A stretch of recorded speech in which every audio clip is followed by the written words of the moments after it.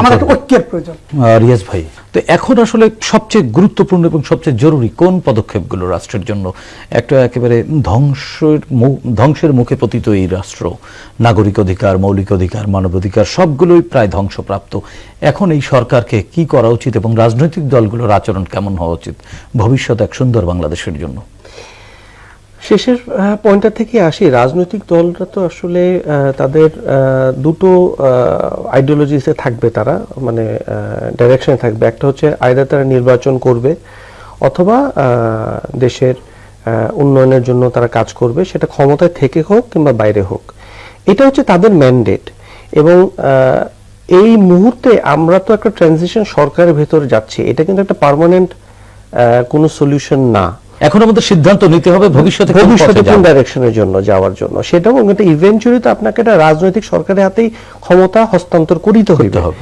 এখন এই মুহূর্তে এই সরকারের যে জিনিসগুলো করা উচিত ছিল, নিজেদের সক্ষমতা এবং তাদের যে, তারা তো আসলে ইলেক্টেড না, একটা সমর্থিত জনসমর্থিত, কিন্তু আন্তর্জাতিক পরিমণ্ডলে কিন্তু এই জনসমর্থিত আমি আপনি বলছি বলে, হ্যাঁ, এটা কিন্তু অ্যাকসেপ্টেবল হয় না এই মুহূর্তে। তারপর আমরা প্রফেসর ইউনূসের কারণে অনেক বাধা কিন্তু উতরাচ্ছে এবং এত হত্যাযোগ্য হয়েছে যে মানুষ মানবিক আকারে বলছে যে এখানে তো সামরিক কু হয়নি কিংবা ক্ষমতা হস্তান্তর না, এটা একটা পরিস্থিতির শিকার যে একটা ফ্যাসিস্ট সরকার খুন করেছে, যেটার জন্য জাতিসংঘের লোকজন আসছে, তারা এটাকে ট্রানজিয়েন্ট হিসেবে অ্যাকসেপ্ট করেছে।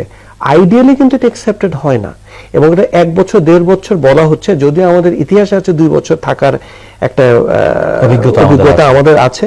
তো সেই ক্ষেত্রে এই টাইমের ভিতরে যদি তারা থাকেন, তাহলে তাদেরকে প্রথম যে জিনিসটা করা দরকার সেটা হচ্ছে যে বাংলাদেশের সাধারণ মানুষের যাদের বিশ্বাসের উপর ভর করে তারা আজকে ক্ষমতায় আছেন, তাদের ভালো মন্দটাকে দেখতে হবে।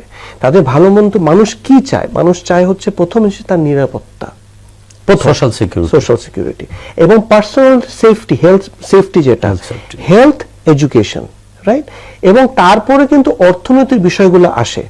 এখন আমাদের এই মুহূর্তে যে জিনিসটা আমি খুব খুব খারাপভাবে আমি বলবো যে কষ্ট লাগে, যে আমার কাছে মনে হচ্ছে এতে কোনো গ্রিপ নেই।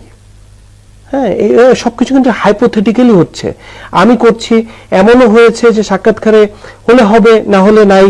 হ্যাঁ, এই যে একটা উদাসীনতা, এই জায়গাগুলো এবং বাংলাদেশের মানুষ কিন্তু যখনই তার রাষ্ট্রনায়ককে দেখবে, তার ভেতরে এক ধরনের কনফিডেন্স যে আমরা পারবো, আমরা জয় করব, তখন আশাবাদী হয় এবং পদক্ষেপগুলো নিতে হবে। আপনার যদি স্টেপ 1ও হয়, 100-এর মধ্যে স্টেপ 1 নিলেন যে ঠিক আছে আমরা ইনভেস্টিগেশনগুলো করছি, যে পানি, আমরা বিমান নিয়ে কথা বলেছি, পানি নিয়ে কথা বলেছি, এই স্টেপগুলো যদি হয়, আমরা তো সেই একই চরকির মধ্যেই ঘুরছি। আপনি যদি দিনের সমস্ত সময়টা রাজনৈতিক, এখনো আমরা কি করা উচিত, কি করতে হবে এর মধ্যে আছে, কিছুই করছি না। এটা বড় বড় বক্তৃতা হচ্ছে, হ্যাঁ, সবাই দেখছি যে আমরা যার মতো চলে যাচ্ছে, মানুষ কিন্তু ফলটা দেখতে পাচ্ছে না। তেমনি দিন শেষে মানুষের কথাই ভাবতে হবে এবং মানুষের কাছেই যেতে